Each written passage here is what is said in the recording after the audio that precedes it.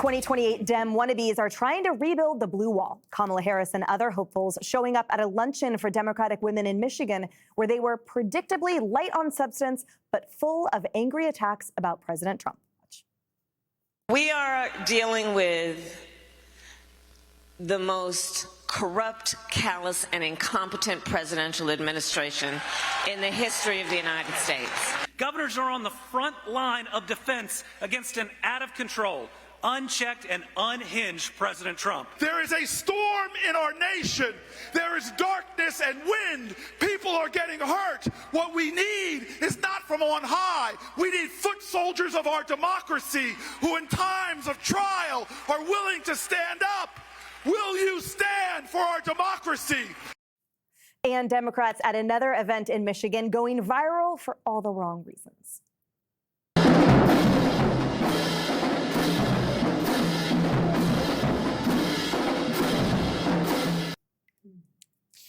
Greg, I'm never going to dance shame someone, but wait, oh, that was Michigan Democratic Senate candidate Mallory McMorrow dancing Kamala style to a marching band in a very cringy video that's gone viral. Wait, why was Cory Booker talking at a women's caucus? That is ironic. He has main character syndrome. Totally. He is basically an extra in a movie who thinks he's the star, and so he has to overcompensate by screaming. Look, by the way, the marching band thing I'm fine with. They're not singing. That is like a definite improvement that they've stopped singing and now they just dance. I'll take it. You've heard them sing. You know, the Trump hate has filled up the brain so they can't think about anything to do. They know what to say, but there's nothing for them to do. And it's actually kind of dangerous because, you know, since Trump has been squatting in the lane of common sense, whatever the Dems seek has to be not in that lane. They don't want to be seen close to him. This is why they keep doubling down on trans. They keep defending sanctuary cities for illegal criminals. These are things that are against common sense and the will of the people, but they still do it because it's not Trump. I worry that the Democrats, as a moderate, sensible alternative, is not going to come back ever. If Harold Ford, I'm citing you, would enter the race, I would wonder how soon would they change? Or how soon would they try to force him to change? Suddenly, would Harold be on TV talking about how, you know, men who think they're women should be in sports? Would he change? And the reason why I say that, Harold, is because in the A block, you said, this is not something I would do regarding Tim Walz. This is not something I would do. But would they be okay with that? And would you tell them that it's not okay for them to do it? Like, can you even survive in your own party if you were to enter the race? I'm curious. This is a genuine curiosity. I think you look at a guy like Andy Beshear, a guy like Josh Shapiro, and I would even put Governor Whitmer. But I think you can, and if you can't, it's going to be hard to win. Mm-hmm. Because I think I didn't mean to. I don't know whose segment this is. I'm jumping in like it's not. So no, I think some of the people. I agree with you, Greg. I think I'm happy to see dancing more than singing, but this is not entertainment.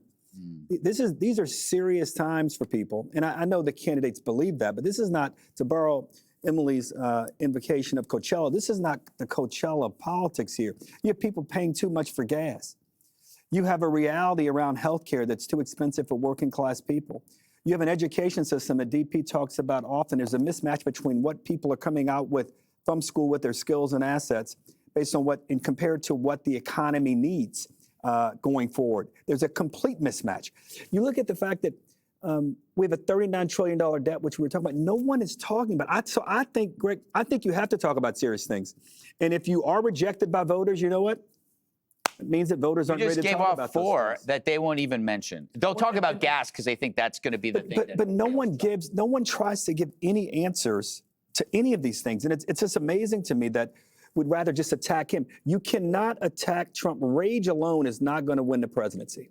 To be clear, the Women's Caucus was hosting the presidential hopefuls, so obviously that's and they have a huge totally. So forget the question I asked earlier. I didn't mean it. But also Beshear, who we used to think was pretty moderate, but then last week he said that the president's going to nuke Iran just to be famous. I mean, to his point, I think they're being fish hooked to the left. This way. I mean, we've seen this before, right? It happens on both sides.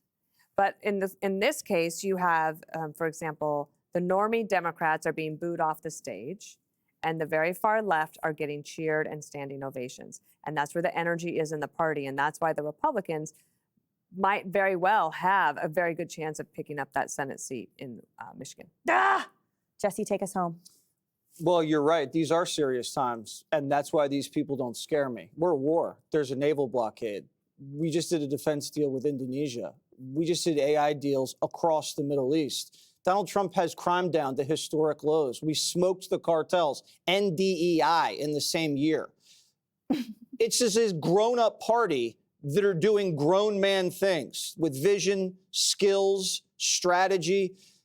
And that's why these people come out, they dance and they chit chat. This is not the time for that. This isn't the 90s when everyone's frothing and happy-go-lucky and watching TV. We got to win, and we are winning. And if you don't come with it, you're not going to hang in there. That's perceptive. If you're not coming, you're going. Thank you, Dana. Be sure to like and subscribe for all the Fox News latest on YouTube and catch full shows streaming now on Fox One.